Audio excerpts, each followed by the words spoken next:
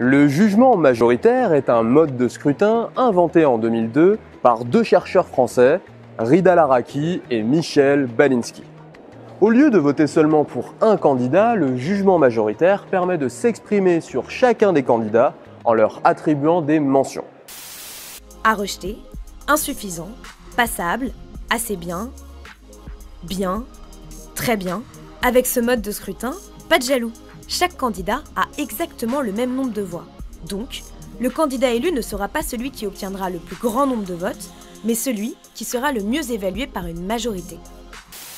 Contrairement au scrutin uninominal à deux tours aujourd'hui, le jugement majoritaire nous donne la possibilité de nuancer notre avis et d'exprimer plus en détail notre volonté. Si on votait au jugement majoritaire à l'élection présidentielle, le bulletin il se présenterait pas comme ça. On aurait, ayant pris en considération tous les éléments, je juge que pour devenir président de la République, ce candidat serait, et ensuite on a tous les candidats, toutes les mentions, et on coche. C'est aussi simple que ça. Du coup, pour départager tous les candidats, on regarde pour chacun quelle est sa mention majoritaire, celle qui est approuvée par au moins 50% de l'opinion, et celui avec la meilleure mention majoritaire gagne. Et en cas d'égalité, on peut départager avec les pourcentages. En plus, le jugement majoritaire, ça supprime le vote utile au premier tour, le vote par défaut au deuxième, et ça pourrait même prendre en compte le vote blanc. Il suffirait qu'on puisse cocher à rejeter pour chacun des candidats.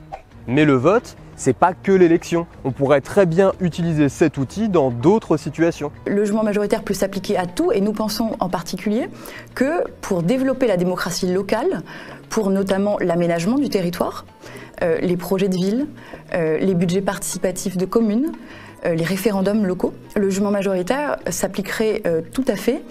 Avec le jugement majoritaire, on sort de cette logique binaire, manichéenne, qui peut parfois être très dangereuse pour la démocratie.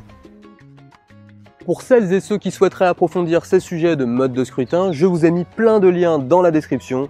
C'est cadeau, ça fait plaisir. Voilà, c'est tout pour moi les amis, bien cordialement, et je vous dis à très vite. Ciao ciao.